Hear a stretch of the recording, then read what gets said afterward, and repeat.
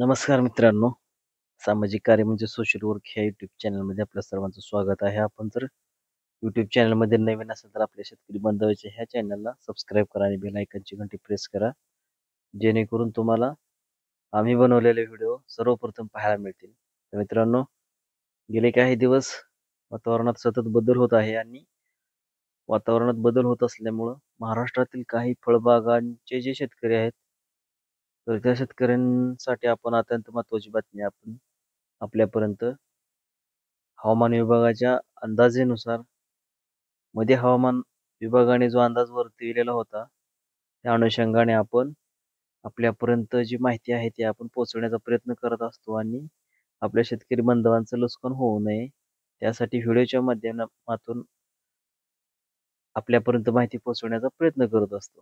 तर आपण बघू शकता मित्रांनो, की मालदीवच्या महासागरात जे कमी दाबाचं क्षेत्र झालेलं आहे तयार, तर त्यामध्ये चक्रीवादळाचा जो सर्कल आहे, तो आपण बघू शकता.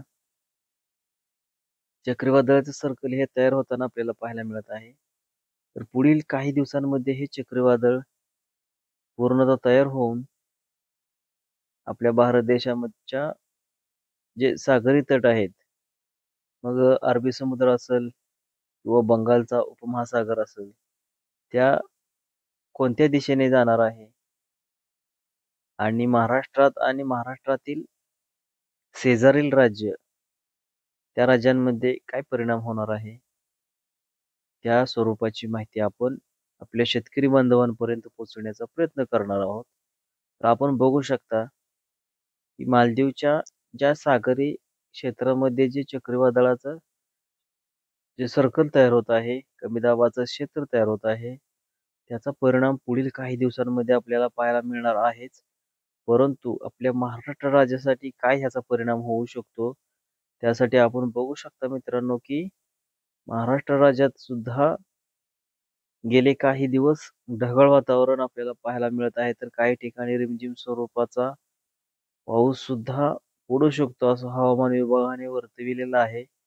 परंतु पुढील काही दिवसांमध्ये वातावरण पुन्हा बदलणार आहे आणि हे जे चक्रीवादळ आहे, मालदीवच्या महासागरामध्ये तयार होत आहे, ते चक्रीवादळ महाराष्ट्राच्या दिशेने येणार आहे का? ही माहिती आपल्यापर्यंत आम्ही पोहोचवण्याचा प्रयत्न करणार आहोतच. परंतु ह्या चक्रीवादळाचा जो प्रवास आहे, तो बंगालच्या उपमहासागराकडून होणार आहे, की अरबी समुद्राकडं जाऊ शकतं.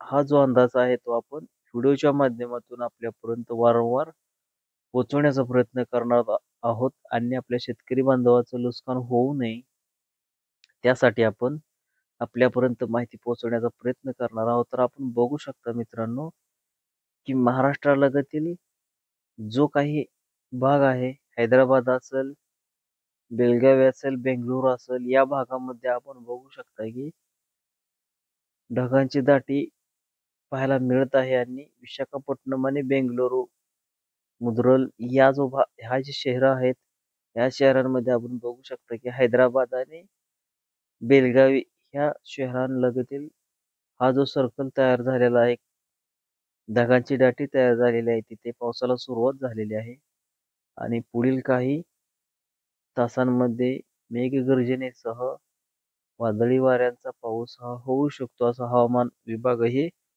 आपल्याला त्यांच्या अंदाजानुसार आपल्याला माहिती देत असतं आणि आपणही आपल्याला ही माहिती देण्याचा प्रयत्न करत आहोत. तर मित्रांनो, आपण बघू शकता, की पुढील काही दिवसांमध्ये